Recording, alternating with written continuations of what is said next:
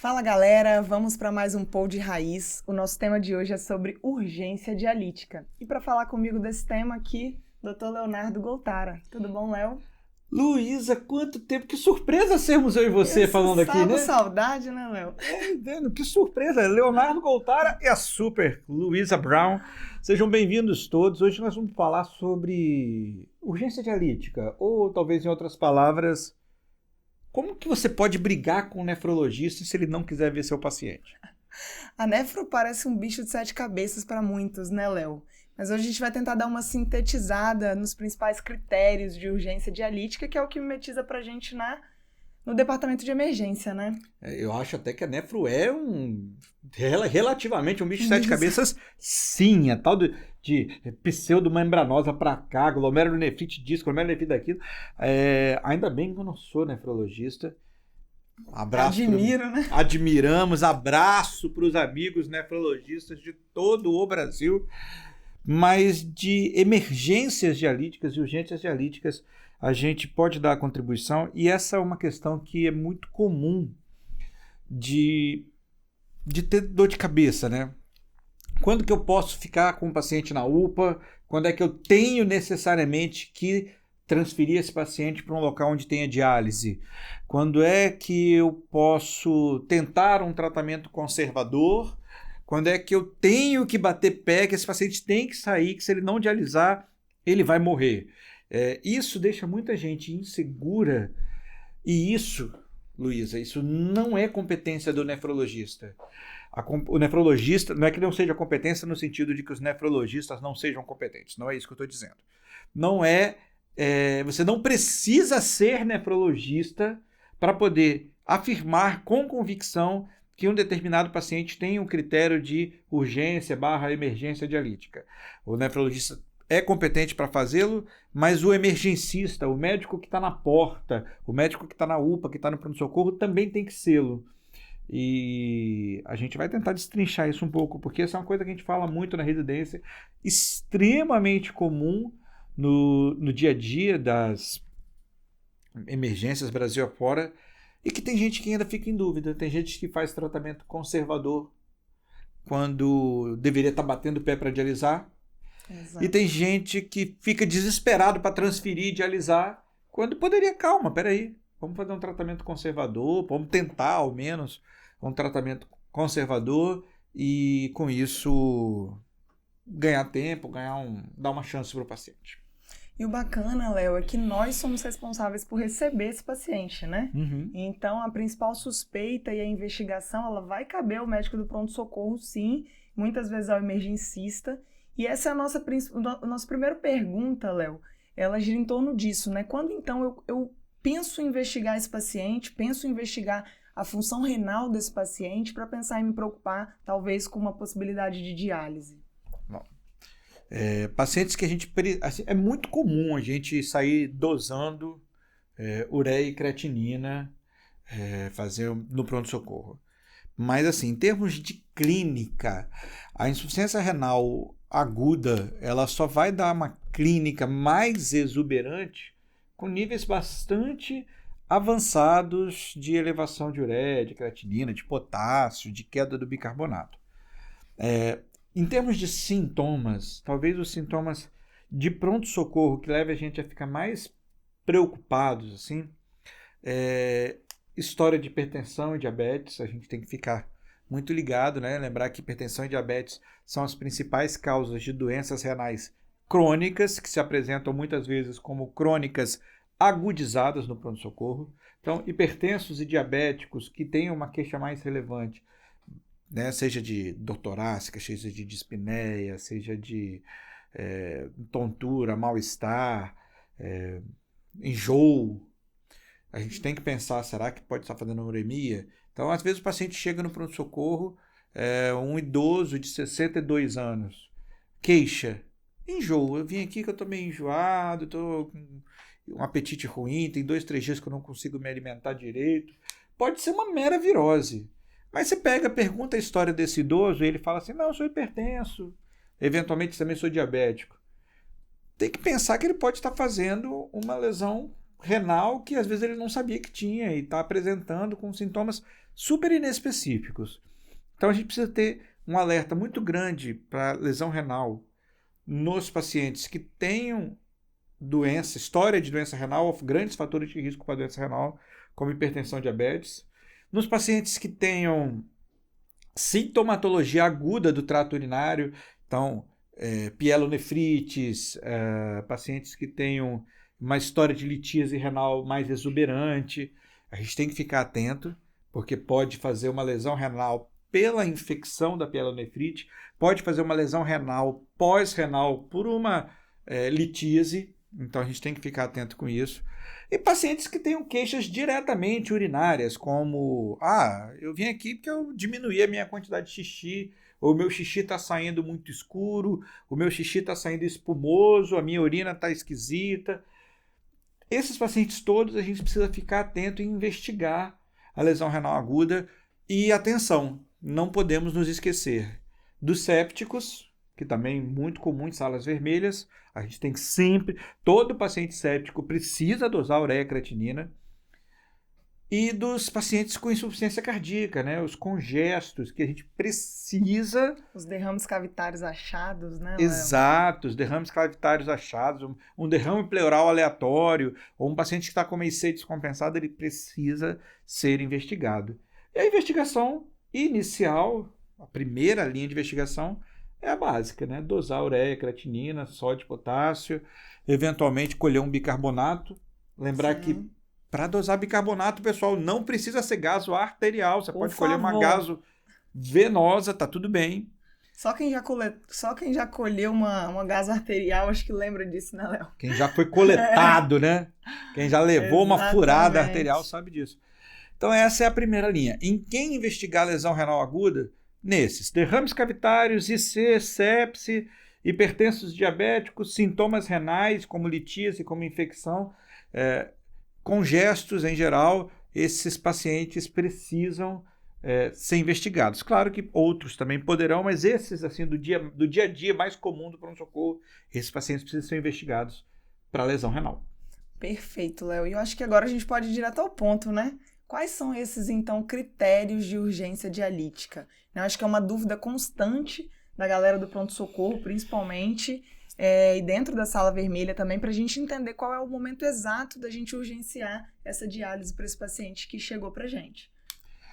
Bom, a lesão renal aguda, Lu, ela se caracteriza por um baixo débito urinário, por elevação das escórias, alteração dos íons e alteração lá do bicarbonato, do equilíbrio ácido básico. É muito comum, eu já vi isso milhares de vezes.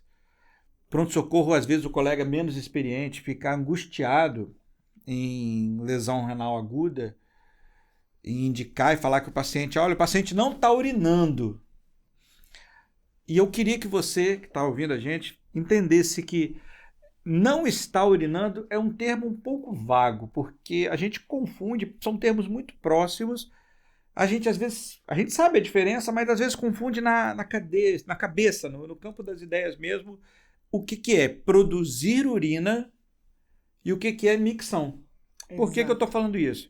Muitas vezes a enfermagem vem falar, o paciente não está urinando. Você começa a pensar em diálise, lesão renal aguda, e às vezes não é. Ele não é que ele não está produzindo urina. Ele não está urinando porque ele não está miccionando, ele não está colocando para fora. Você tem que examinar o paciente e necessariamente, antes de discutir qualquer critério de diálise, você precisa fazer aquele sódio, potássio, ureia, creatinina, bicarbonato básico e você precisa garantir que o problema do paciente realmente é falta de produção de urina e não falta de micção, o que implica em passar para todos os pacientes, você deve necessariamente instalar uma sonda vesical de demora, porque só com a sonda vesical de demora você garante que o paciente realmente, o problema dele não é miccional, é de produção de urina.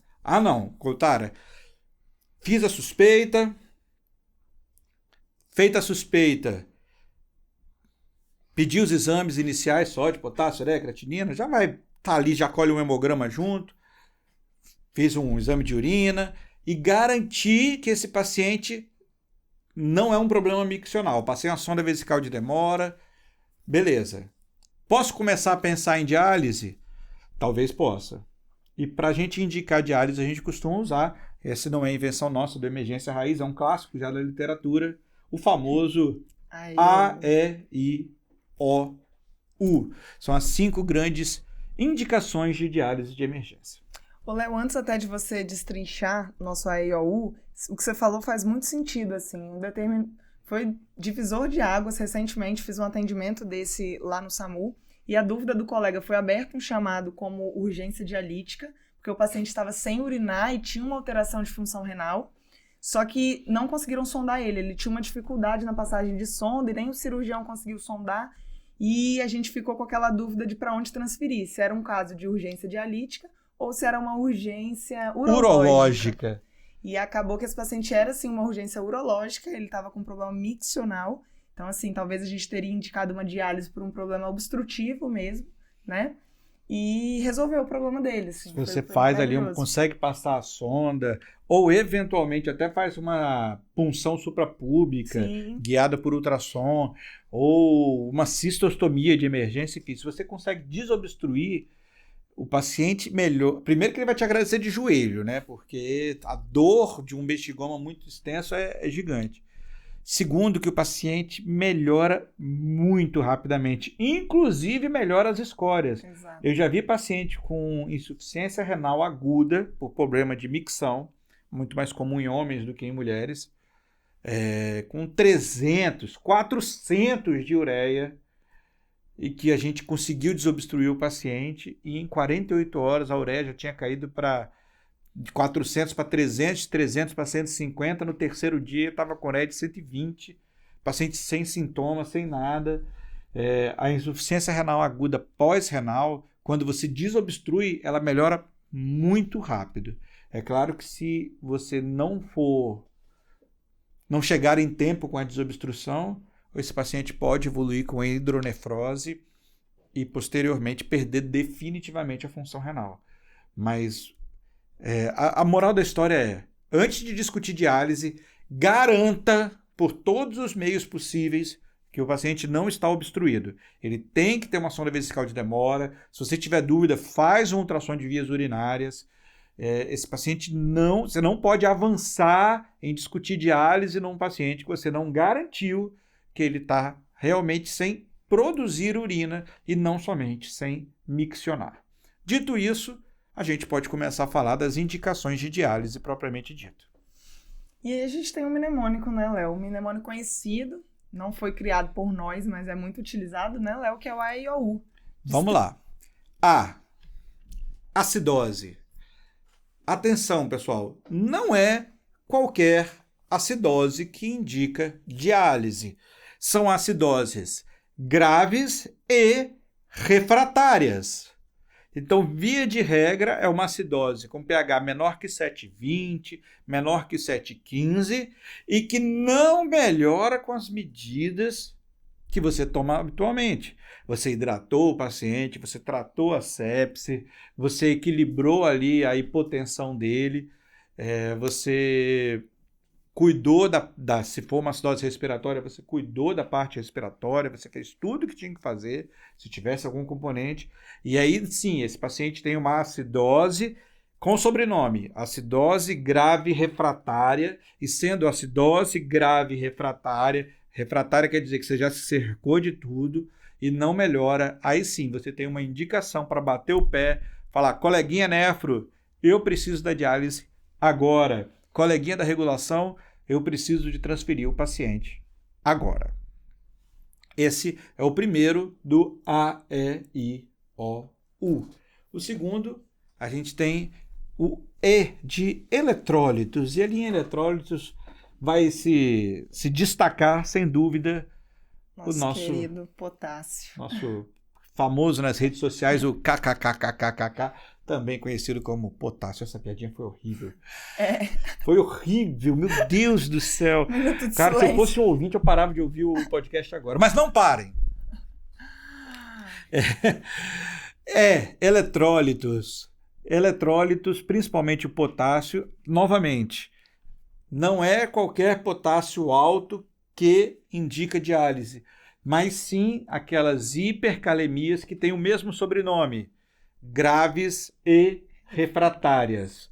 O paciente chegou com hipercalemia, você primeiro toma medidas de controle de hipercalemia, faz o eletro. Ouve o podcast sobre hipercalemia. Que já está gravado em algum lugar, não sei qual que é o número, mas só corre a lista no YouTube, corre a lista no Spotify, que você vai ver o nosso podcast sobre manejo da hipercalemia. Você fez tudo o que tinha que fazer sobre hipercalemia? Não, é uma hipercalemia grave e refratária, que tem clínica, que está começando a alterar eletro, que você não consegue manejar de outra maneira, o potássio persistentemente acima de 6, 6,5.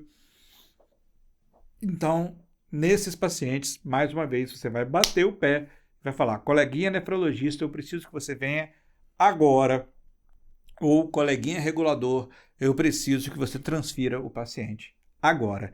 Esse é o segundo do AEIOU. E o terceiro, não menos importante, né, letra I, as famosas intoxicações, né, Léo? Intoxicações por drogas dialisáveis. Não adianta querer... Qualquer intoxicação, a gente indica uma diálise. Aqui no estado, por exemplo, a gente tem um índice muito grande de intoxicação por paraquat, né, que é um agrotóxico, herbicida, né? Um herbicida, que é muito comum. Não sei se no resto do Brasil essa difícil falar, essa cultura quase endêmica, né? Quase endêmica de autointoxicação por paraquat, intoxicação intencional com o objetivo de tirar a própria vida. É tão comum assim, mas aqui no estado, na nossa região do interior, muita cafeicultura, a gente tem intoxicação por paraquat, muito comum. O paraquat é uma medicação que sai na diálise. Não só ele, mas outras intoxicações por drogas dialisáveis, como lítio, como o etilenoglicol. Se você tem uma intoxicação por droga dialisável, a diálise de emergência sim está indicada para tentar tirar o máximo dessas medicações dialisáveis. Então, ficamos aí. Acidose, A, eletrólito, principalmente potássio, E de intoxicações, e a gente chega no O, vem do inglês, né? In English, overload, sobrecarga, que é a hipervolemia, a sobrecarga volêmica. Mais uma vez, não é qualquer sobrecarga volêmica, não é qualquer hipervolemia. É uma hipervolemia grave e refratária, uma hipervolemia que você não consegue manejar de outra maneira que não seja dialisando. Se você tem uma hipervolemia grave, refratária, já tentou diurético, o paciente não responde, já tentou vasodilatador, o paciente não redistribui bem, continua crepitando, continua dispineico, mais uma vez, indicação absoluta de fazer uma diálise de emergência. Bate o pé, pede para dialisar ou para transferir para onde possa dialisar. Essa causa é muito comum até, né, Léo? A hipervolemia é complicado quando o débito urinário desse paciente ele não dá conta, né, desse volume todo. Então, entra aí como critério de urgência também. E, por fim, o de uremia. Principalmente, mais uma vez, né? Uremia grave, é uma encefalopatia urêmica, é o paciente que está rebaixado por escórias muito elevadas, por encefalopatia urêmica, é o sangramento urêmico, são todas as serosites, né? Os derrames cavitários consequentes da insuficiência renal indicam. Então, se você tem um derrame pleural por insuficiência renal, você tem indicação. Se você tem um derrame pericárdico por insuficiência renal, por uremia, você tem indicação. Se você tem um rebaixamento de consciência por uremia, você tem indicação de fazer diálise de urgência nesses pacientes. Então, o paciente chegou urêmico para você, 300 de ureia, rebaixado, pode dialisar, que ele não é um paciente para tratamento conservador. E o bacana desse AEOU, né, Léo, que as pessoas, eu sempre bato nessa tecla, porque a gente atende muito, né, o SAMU responsável pelas urgências dialíticas, E a gente orienta isso, porque o aumento de creatinina e de ureia isolados não entram nos critérios. Exato. Esse eu acho que é um dado muito importante, assim. Então, aquela create estourada, aquela ureia, muitas vezes também estouradas, né, fora da normalidade, não são isoladamente critérios para se definir urgência dialítica. Ureia 250, creatinina 8,5. O paciente está bem, não tem acidose, não tem hipercalemia, não tem uremia, não tem sobrecarga volêmica, não toca nenhuma droga dialisável. Esse paciente não tem indicação de diálise de urgência. E aí, de mais uma vez, a gente está falando sobre o sobrenome das coisas. Vamos falar de novo. Sobrenome de diálise de urgência. Talvez esse paciente tenha uma indicação de fazer uma hemodiálise eletiva. Mas a eletiva não pertence a nós. A eletiva é uma discussão do paciente com o nefrologista dele. Então, sim, o paciente pode ter lá 180, 190 de ureia e não está indicado de emergência diálise, não se enquadra no AEIOU, o que não quer dizer que ele não precisa fazer diálise em momento nenhum. Talvez ele até precise, talvez não. Aí é uma questão eletiva para discutir com o nefro. E lembrar, Léo, que o paciente nefrológico ele é dinâmico, né? O paciente que agora não está urgenciado, às vezes ele está internado aguardando aí uma avaliação eletiva pela nefro, ele pode descompensar e evoluir para uma urgência, né? Exatamente. Exatamente. Acho que é basicamente isso. E vem um ponto importante, que é quando transferir esse paciente, como transferir, né? Acho que esse é um dos mindsets também para a gente saber, no caso das urgências dialíticas, né? A questão da transferência é muito isso, assim, se o paciente entra em critério de diálise de urgência, ele precisa chegar aonde ele vai resolver. Se você dialisa no PS, você pode dialisar ali no PS mesmo. Se ele não dialisa no PS, qualquer um desses pacientes com AEIOU já tem indicação de sala vermelha, já tem indicação de terapia intensiva. Então, leva o paciente para onde ele precisa ser resolvido, onde ele pode ser resolvido, onde tem a estrutura para ele. Transfira o mais breve possível. Exato. E 2 dicas importantes também que eu até separei para a gente conversar sobre, Léo, são sobre as medicações que podem aumentar o potássio. Então é importante a gente investigar esse histórico do paciente, né? O que ele já usa, que pode estar descompensando essa hipercalemia. Eu já vi hipercalemia por ingestão de potássio. O paciente estava lá tomando seu xarope de potássio, seu slow K, e que alguém esqueceu de suspender, o paciente tomou mais e estava hipercalêmico. 7. Motivo: excesso de entrada de potássio. E muitas vezes são medicações comuns também, né? Antipertensivos, os diuréticos. IECA, espironolactona, todos os PRIO, captopril, risopril, ramipril, os próprios bloqueadores de receptor de angiotensina podem elevar diurético, podem elevar o potássio. A gente tem que suspender essas medicações todas nos casos de hipercalemia. Bicarbonato é uma dúvida muito comum.